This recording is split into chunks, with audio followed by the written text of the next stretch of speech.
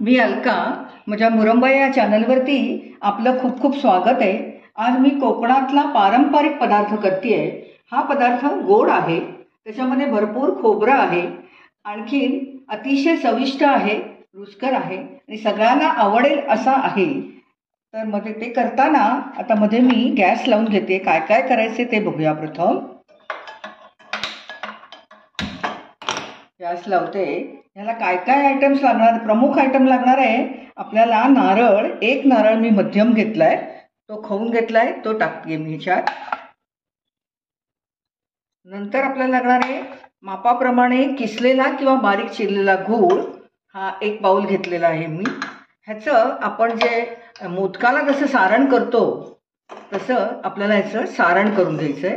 ते प्रथम आपण करून घेऊया आणि मग ह्याच्या पुढे आपल्याला काय काय लागणार आहे ते बघूया. हे बघा, आपल्याला लागणार आहे तूप, साजूक तूप, हे मी इथे ढवळते आहे.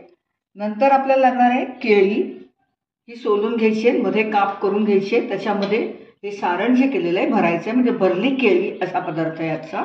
नंतर इथे जायफळाची पावडर, थोडंसं चिमूटभर मीठ, 4 लवंगा आणि 3 वेलदोडी, एवढेच पदार्थ याला लागणार आहे.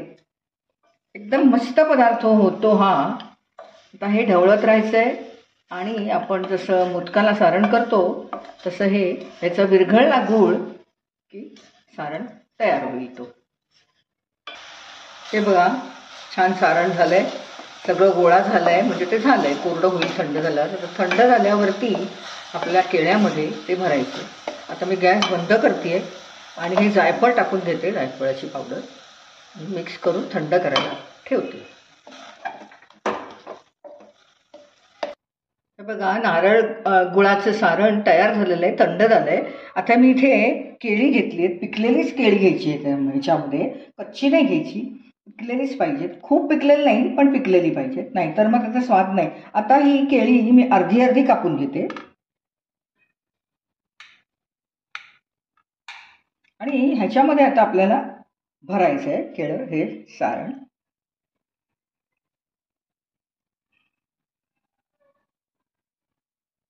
ह्याच्यामध्ये भरणं जरा कठीण असतं, बघूया आपण जमतंय का.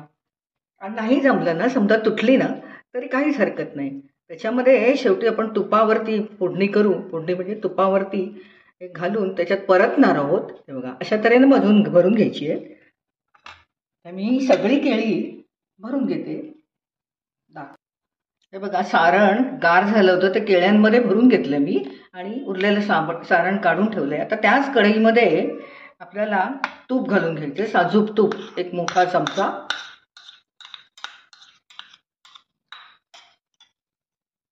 ते जरा गरम झालं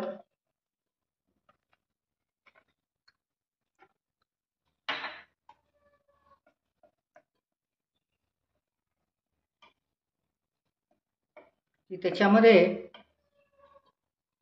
थोडंसं वितळू दे. तर त्याच्यामध्ये लवंगा टाकते, 4 लवंगा जरा परतून घ्यायचं आणि 3 वेलदोडे जरा कुटून घेतले, अख्खे वेलदोडे आहेत आणि 4 लवंग आहेत. हे जरा थोडंसं वास येतं, थोडी लवंग फुलेल. हे बघा, लवंगा आणि वेलदोडे टाकले होते, ते झाले. आता हे भरलेली केळी आहेत बघा, ही 4 घेतली होती, मध्ये घरलं गेलंय छान, आणि उरलेलं सारण हे मी त्याच्यावरच टाकायचं आहे. ते सारण ह्याच्यातच घालायचं. आता एक एक केळी टाकते त्याच्यामध्ये. बारीक गॅस करायचा आहे.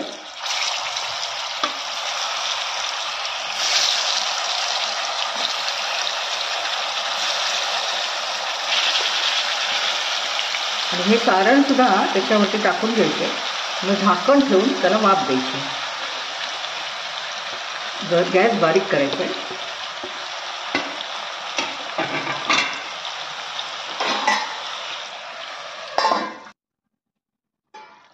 मस्त झालंय बघा, का सुगंध सुंदर येतोय. आता हे झालेलं आहे, थंड झालं की असं ते घट्ट होईल जरा. आता मी गॅस बंद करते आणि हे काढून घेते सर्व्हिंग डिशमध्ये.